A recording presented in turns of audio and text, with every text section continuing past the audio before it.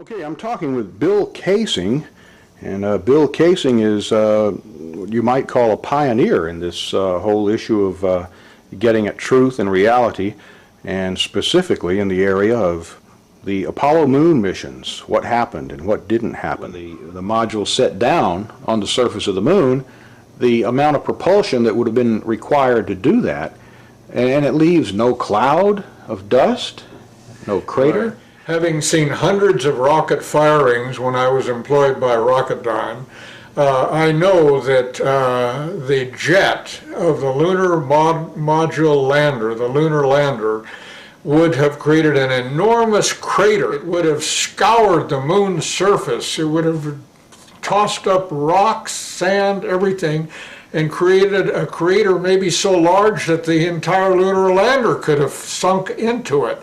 After all, we're dealing with a 10,000-pound thrust engine, which is pointed directly at the surface, lowered into the surface, and yet, if you look at pictures of the lunar lander on the moon, there is no disturbance whatsoever under the lunar lander's rocket.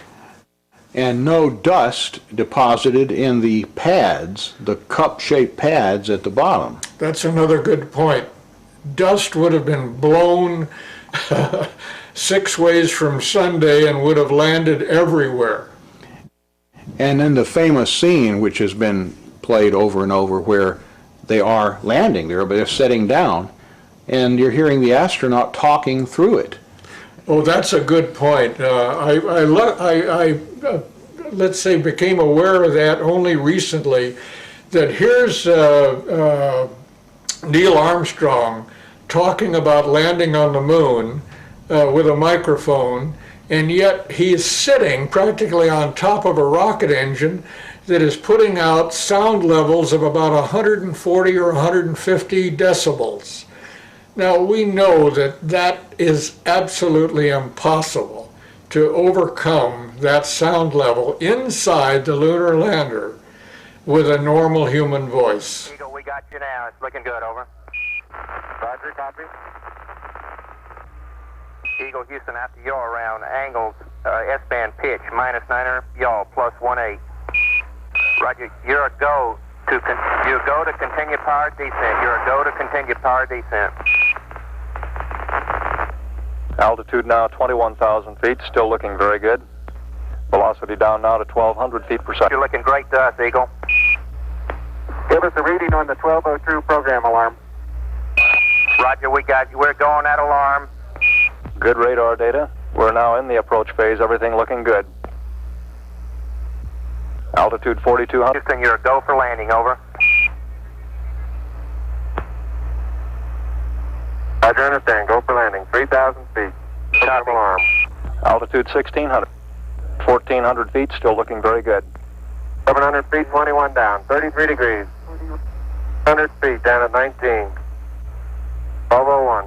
1201. Roger, 1201 alarm. We're go. Same type. We're go. Altitude, velocity light. 8.5 down. 220 feet. 13 forward. 11 forward, coming down nicely. 200 feet. 4.5 down. 5.5 down. 60 seconds. Lights on. 6. Down 2.5. Forward. Forward. Good. 40 feet down 2.5. Picking up some dust. 4 forward. 4 forward. Drift into the right a little. Good. Okay. Contact light. Okay, engine stop. We copy you down, Eagle. Tranquility Base here. The Eagle has landed. Okay, we've changed our graphic picture here in the background, and it's a one-sheet poster that I put together from pictures on the website www.geocities.com/Apollo Reality/. And the gentleman that put this together got actually these images off the Langley Research Center website. And some of these actually you're just seeing for the first time yourself, isn't that right, Bill? That's right, yeah, I'm amazed to find these pictures. I've never seen any of them before except the one in the upper right. And what amazes me is this one here showing a model of the moon with a camera track, showing how easily it would have been to fake the filming of the moon. And then the image just to the right of that shows like the finished moon, Exactly. with somebody sitting at the controls, maybe turning it or Right. These are very revealing pictures, and I strongly recommend people with PCs to download them and study them. And of course, this brings up the subject of the death of whistleblowers. Men like Gus Grissom, who was burned to death along with Chafee and White. he went Because- pretty open with it, putting a lemon on Well, the. yeah, he was going to give an interview about what he really thought about Apollo. And as you say, he hung a lemon on the command capsule on the day that he was murdered.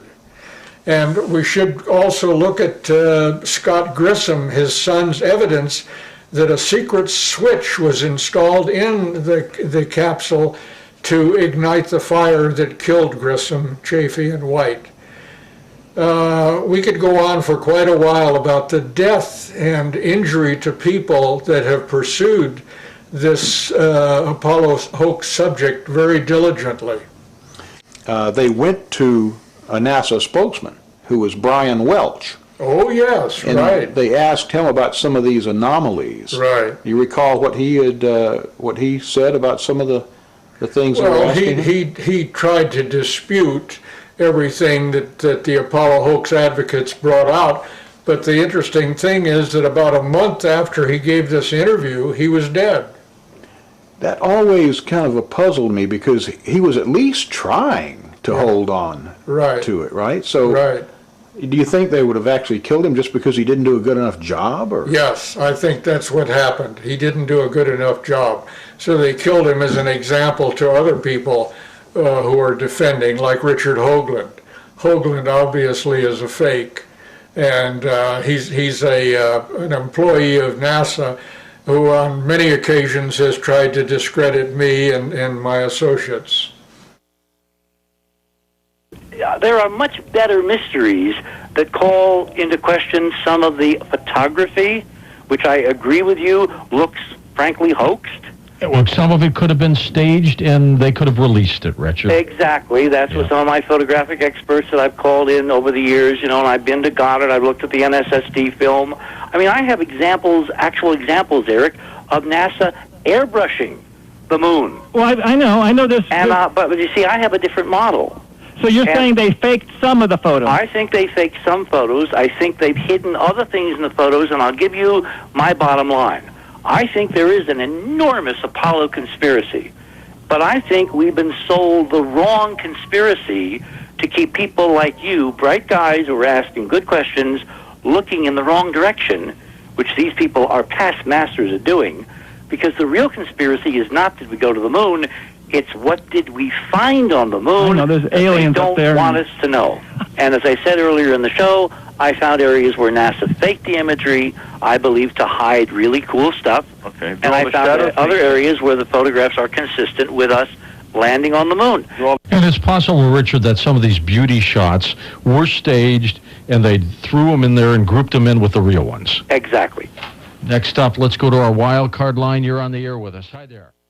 Our next speaker is Professor James McKinney. If you double the size of your rocket, you don't double the size of your payload. So you're very limited. And now let's try and get to the next planet or out to the moon.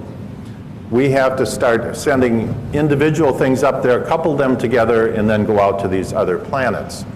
By the way, there's a small problem with going to the moon, and inch by inch, NASA is leaking out that they know that there's a problem there. It's called the Van Allen belts, high radiation belts of charged particles around Earth, and we don't know how to get through them, they say.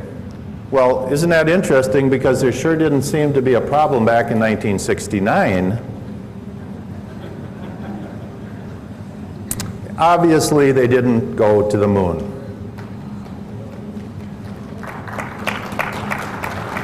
The United States did not go to the moon. The Russians knew it all along. I thought at the time we did, but I've since learned we absolutely did not. And there's no question about it. And they're starting to figure it out. NASA has a program called Living with a Star. That's a pretty name for how do we get through the Van Allen belts. They have all their top scientists working on it. It's a tremendous problem because we do not have any kind of a spacecraft that we can send up that doesn't have metal in it. And when these charged particles hit metal, they produce X-rays. Nothing you can do to get around that. So anybody sitting around something metal in outer space in the Van Allen belts is going to be French fried. And so that whole thing was a giant hoax. And you have second and third tier scientists in the United States who are running around saying, oh yes we did, yes we did. But the very top level people, what I call the tier one scientists, the black op mill scientists, know for a fact we didn't go. And it's a real problem. They don't know how to get through there. This picture is with the new Hubble camera, and it shows that in fact if you take this angular distance out to Pluto and you translate it into the surface of the moon, we can in fact resolve the landing sites, the alleged lunar landing sites. And the way you would do this is you take the pictures at dusk when the shadows became very long, and it would be a very hard thing for them to fake.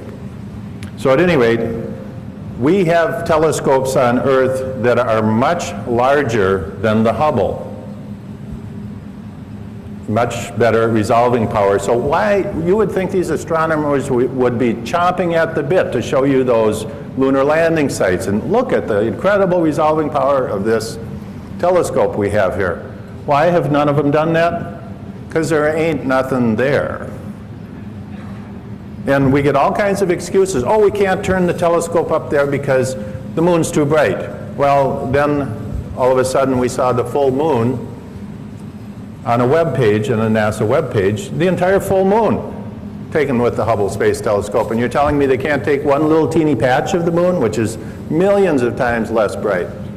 So bottom line is they know they didn't go. Join us now on a quest for the truth to the moon.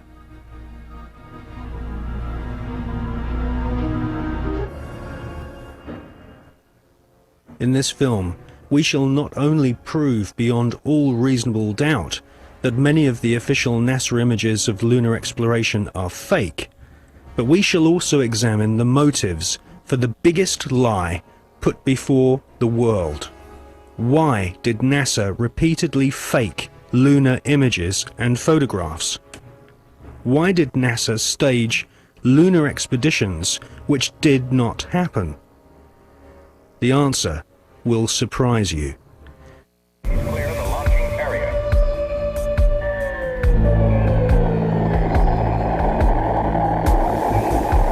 NASA spent gigantic sums of money during the 1960s, but most of it was spent on the ground, not in space. Huge American corporations, many of which were manufacturing hardware for the military, made gigantic profits designing space vehicles and, more importantly, life-sized models of spaceships and even huge stage sets resembling the lunar surface. Someone in NASA had realized that after taking billions of dollars from the American people, if they couldn't make it to the moon, they would fake it to the moon. Obviously, if you're going to somewhere that nobody has been before, you need to have a simulator which recreates that environment as closely as you can. If you're going to the moon, you recreate the surface of the moon. And here we see a section of the lunar surface created. It's about 30 foot high, 30 foot long, 35 foot long. Scale is given by the two people standing in front of it. There were plenty of simulation exercises, but the point is, and this should be taken into account in virtually everything that is discussed with the Apollo program, 400,000 people may have worked on the program in total, but none of them had a need to know more than his own job required. The people who were making the rockets didn't know what the people who were making the spacesuits were doing, and because they had no need to know about that. Their job was to make the best models and the best simulation of the lunar surface that they could. And if we come up to this picture here, we see the 3 scales on which these models were built. We have here the whole moon as one unit. It stands about 20 foot high. We have here behind it a section of the surface of the moon. You'll notice it's curved. And here we have a more detailed section of the lunar surface. What you're saying is that the images which we're told show a camera pointing out the window of the lunar module as it's coming into land on the moon could well have been filmed previously using these large-scale models. That's right. It could well be that what we are looking at are films of realistic models. We have no means of knowing if they were actually taken on the lunar surface or whether what we're watching is part of the simulation exercise and the training exercise. And you'll notice here on these models there is a camera track. A camera starting at this end, coming down here, would approach the moon or appear to approach the moon and become ever closer towards it. This is a simulation rig that was built. This is the command and service module of the Apollo program. And you'll notice that the window here looks out onto a block here, and there's another one here. They're curved. These are the screens onto which the lunar surface was projected as the craft made a simulated approach towards the lunar surface. Is what we're seeing a mixture of fact and fiction? It is fact, it is fiction. It's mixed together. It's hard to separate them until you examine it closely. If a spacecraft is in deep space, the only possible explanation for a light seen through the window of the spacecraft is the sun. It's the only bright light in space. If it's not the sun, then it has to be some other artificial light, which implies that that particular image is possibly fiction. July 1961. NASA was soon being criticized for the flimsy construction of their hardware. The first orbital capsules did not even have windows in them for the astronauts to look out of. One of the most vocal critics was one of NASA's most respected astronauts, an all-American hero named Virgil Gus Grissom, who almost drowned when recovery helicopters were unable to lift his space capsule from the sea. After a successful journey into space, Gus Grissom almost died through NASA's bad planning. Or was this an early attempt to silence Gus Grissom?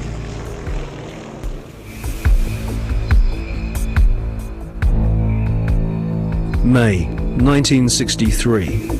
Astronaut Gordon Cooper experiences re-entry problems in his Faith 7 rocket ship.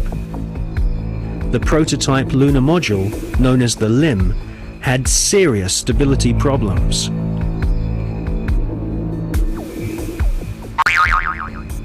At this stage, there was no guarantee that even if NASA managed to get a spaceship orbiting the moon, they could land safely without killing the crew.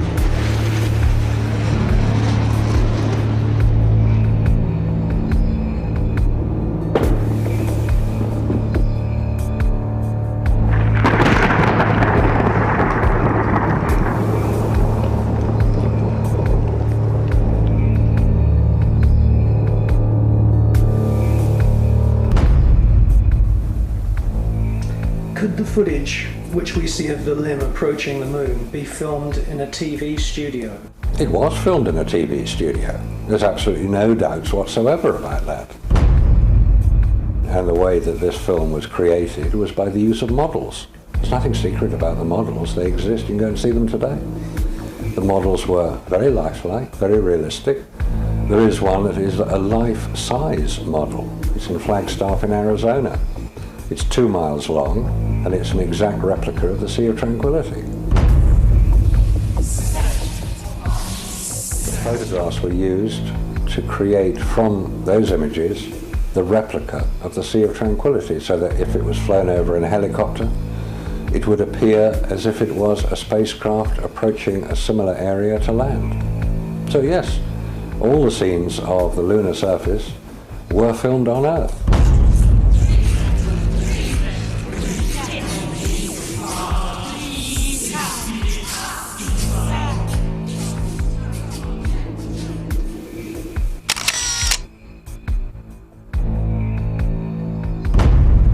Radiation, and without having spacesuits nor spacecraft which can protect the occupants from radiation, NASA convinced the American people to pay $40 billion for the space program.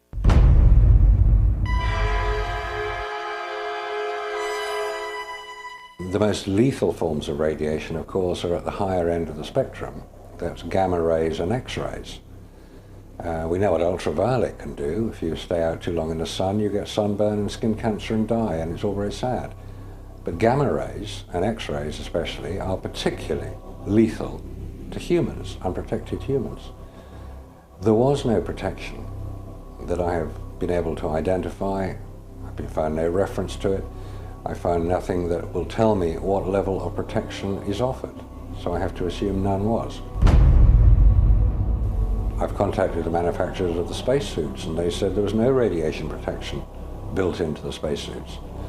Because I asked them if these same spacesuits could be used by technicians to go into Chernobyl or 3 Mile Island, because the nuclear reactors produce the same radiation as produced in space. They said no, not advisable, no protection.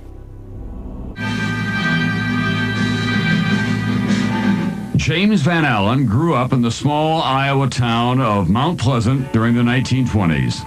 He was an exceptional student, became class valedictorian, and exhibited an intense vision that even then looked beyond our planet. The environment was the time of the Cold War, and it was something scary. It was something for a child that seemed very scary to have to hear about bomb shelters and hiding under our desks. And I remember first hearing that my father was going to go to Russia and being so frightened by that, and asking my father, why was he going to Russia? Wasn't he scared? And I remember him explaining to me that in the scientific community, what they do, and as they take data and exchange data, somehow that transcends what is going on in the political arena. So that there is always a sense that the quest for intellectual activity was something very, remember that, so that the Cold War suddenly didn't seem very cold to me, even as a young child.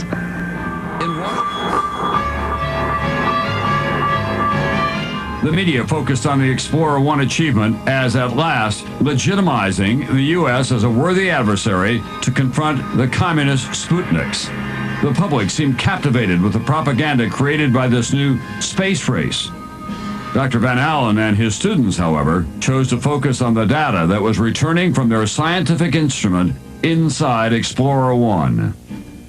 When the first results came back, the group at the University of Iowa, this was Van Allen and Ernie Ray, then began to help with it, eventually Carl McElwain. Saw immediately that there was an anomaly, there was something unexpected. We have encountered a very great increase in radiation intensity, which is vastly beyond what could be due to cosmic rays alone. We call it geomagnetically trapped radiation. And I gave an explanation of what my interpretation at a press conference following the scientific session. And one of the reporters stood up and he was trying to visualize what I was saying. And he said, "You mean it encircles the Earth like a belt?" I said, "Yes, that's great. That's what it is. It's like a belt around the Earth." And so that's the way they got the name of radiation belt, from this exchange with this newspaper reporter and myself. Well, certainly the discovery of the radiation belts was the most important discovery of the International Geophysical Year, because it represented a discovery of some major phenomenon that had a substantial impact both on scientific research and on plans for manned flight later on.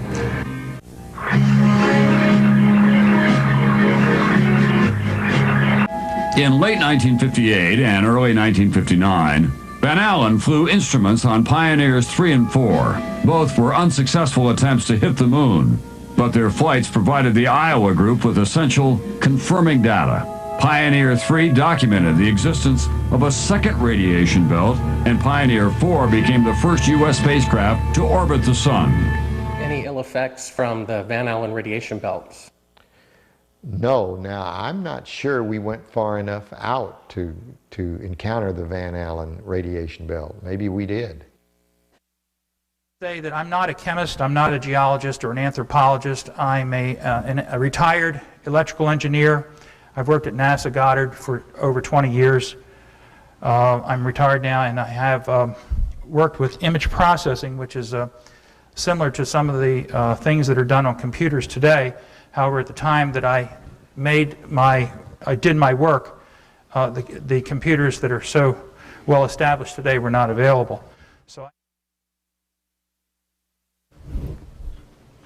Yeah, hello. I like your presentation very much, but I got a couple of questions here. First one is, what, if any, are the differences between you and Richard Hoagland concerning the politics on the cover-up?